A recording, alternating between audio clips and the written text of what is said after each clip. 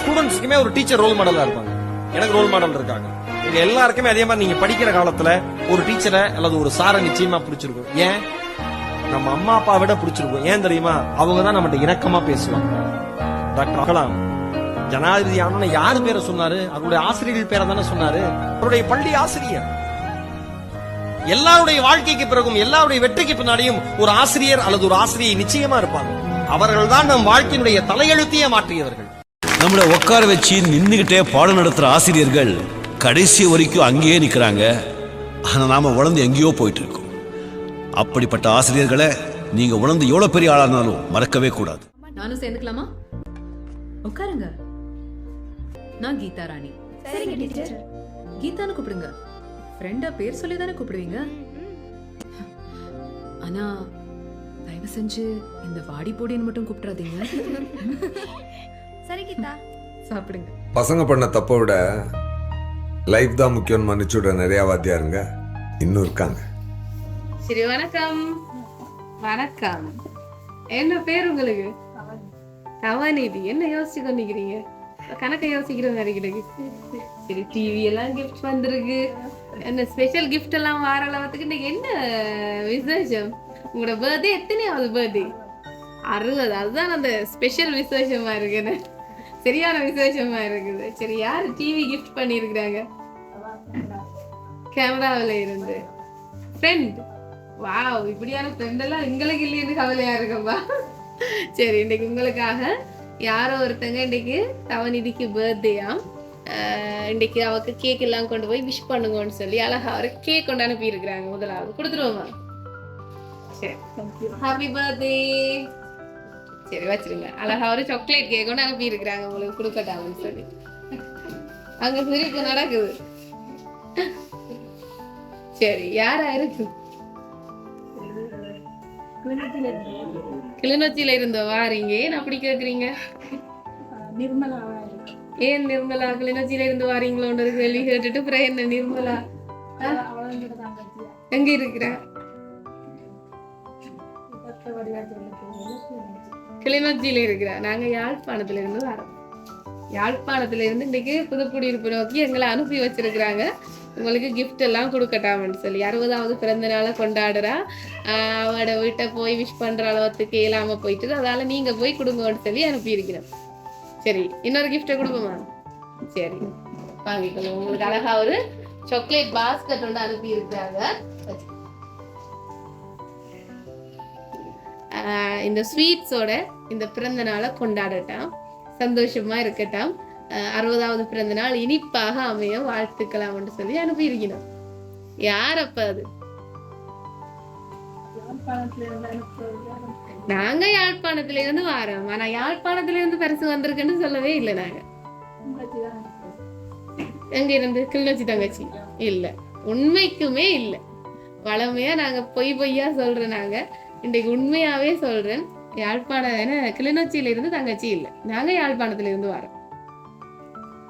யாரோ உங்களுக்கு இந்த பரிசெல்லாம் கொடுக்கட்டாம் நேரடியா போய் தவநிதியை விஷ் பண்றதுக்கு நாங்க இல்ல. அதனால நீங்க போயிட்டு கொடுத்து வாங்கன்னு சொல்லி அனுப்பி இருக்கிறாங்க. சரி, சொல்லுங்க பாப்போம் யாருன்னு சொல்லி. ஒரு குழுவும் தர மாட்டேன். வழியா யோசிச்சு பாருங்க. சரி, விஜிதா யாரு? விஜிதன் யாரு?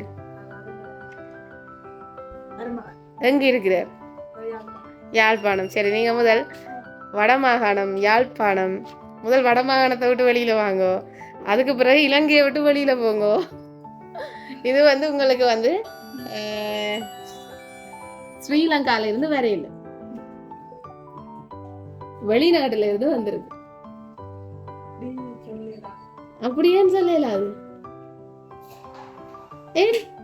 வெளிநாட்டுல இருந்து தான் ஒருத்தவங்க உங்களுக்காக அனுப்பி இருக்கிறாங்க. வெளிநாட்டுல ஒருத்தர் இல்லையா உங்களுக்கு?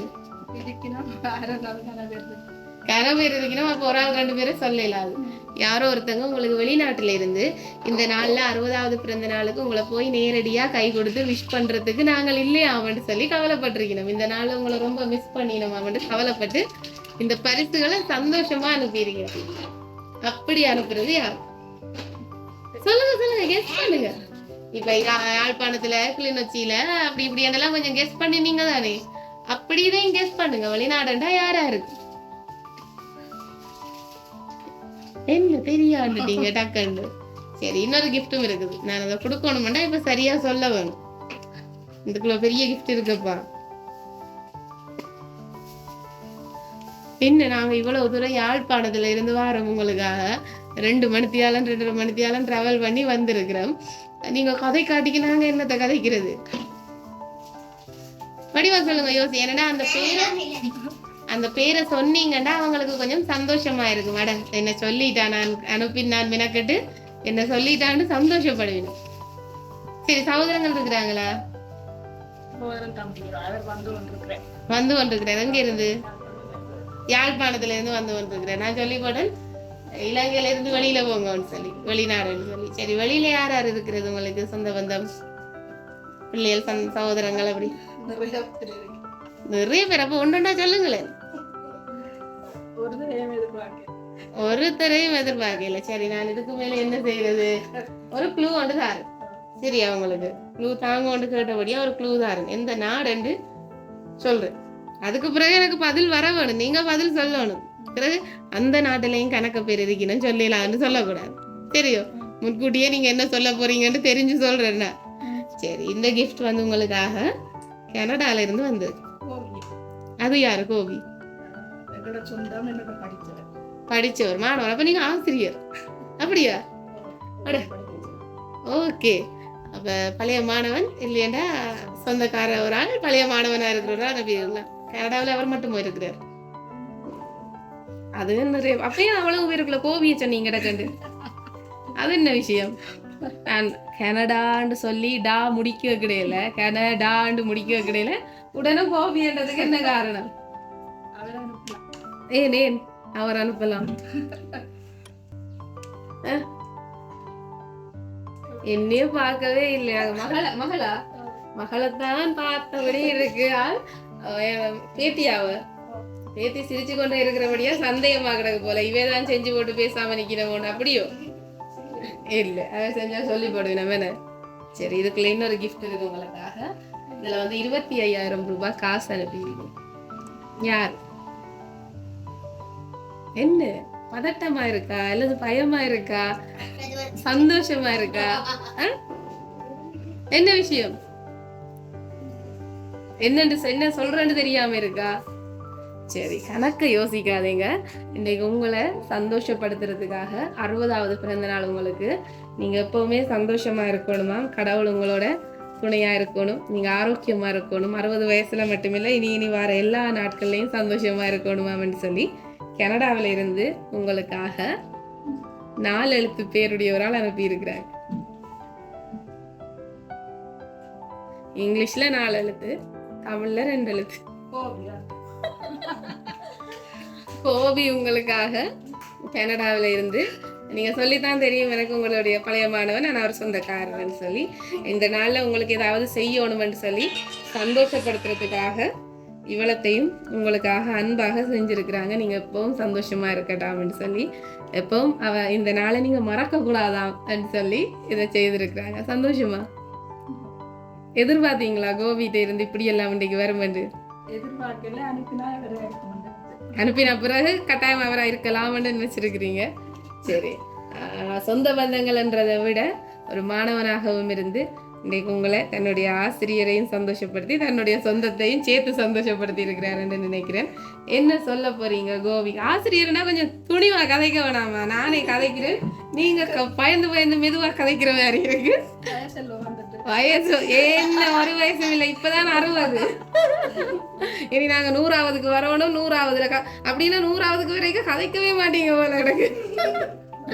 சரி, என்ன சொல்ல போறீங்க கோபிக்கு? இந்த பரிசெல்லாம் அனுப்பி தூரத்துல இருந்து அனுப்பி யாழ்ப்பாணத்துல இருந்தவங்களை போங்கன்னு சொல்லி உங்களுக்கு கொடுக்கணும்னு ஆசைப்பட்டு கொடுத்துருக்கு.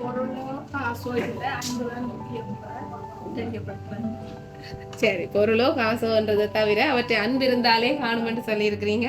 ஆனா அவர் ஏதாவது பிறந்த நாள்ல உங்களுக்கு பரிசு அளிக்கணும். அன்பு இருக்கிறபடியா தான் அந்த பரிசு வந்திருக்குது. ஸோ வாழ்த்துக்கள். எங்களுடைய லவ் சர்ப்ரைஸ் சார்பாக உங்களுக்கு பிறந்த நாள் வாழ்த்துக்களை சொல்லிக்கொள்றோம். இப்போ கோபி சார்பாக உங்களுக்கு ஒரு பர்த்டே சாங் ஒன்று படிச்சு விஷ் பண்ணி போட்டு நாங்கள் வலிக்கிற போறோம். ஓகேயா? சரி, Happy birthday to you. Happy birthday to you. Happy birthday dear Tavanidhi. Happy birthday to you. Happy birthday. சரி, பிறந்த நாள் வாழ்த்துக்கள். நீங்கள் எல்லாரும் வலிக்கிட்ட பிறகு பின்னேரம் வடிவாக வலிக்கிட்டு இந்த கேக்கெல்லாம் கட் பண்ணி உங்களுடைய பழைய மாணவனுக்கு கோபிக்கு இந்த பரிசுகளோட சேர்ந்து படம் எடுத்து கேக்கெல்லாம் கட் பண்ணி அவருக்கு வடிவா அனுப்புங்க. சந்தோஷம். இது அவருக்கு அனுப்பத்தானே வேணும். நீங்க என்ன செய்யறீங்கன்னு பார்க்கத்தானே எங்களை வீடியோ எடுத்த அனுப்ப சொல்லி இருக்கிறாங்க. அப்ப இது போடத்தான் வேணும். அப்ப நீங்க இதெல்லாம் வடிவா கேக்கெல்லாம் வெட்டி அவருக்கு படம் அனுப்புங்க. சந்தோஷப்படுவாங்க பார்த்தா இந்த கேக்கை வெட்டி படம் அனுப்பி இருக்கணும்னு. எங்களோட லவ் சர்ப்ரைஸ் சார்பாக மட்டுமில்ல, கோபி சார்பாக உங்களுக்கு பிறந்த நாள் வாழ்த்துக்கள். எப்பவும் சந்தோஷமா இருங்கன்னு சொல்லிக்கொண்டு போயிட்டு வாங்க. போவா. தேங்க்யூ.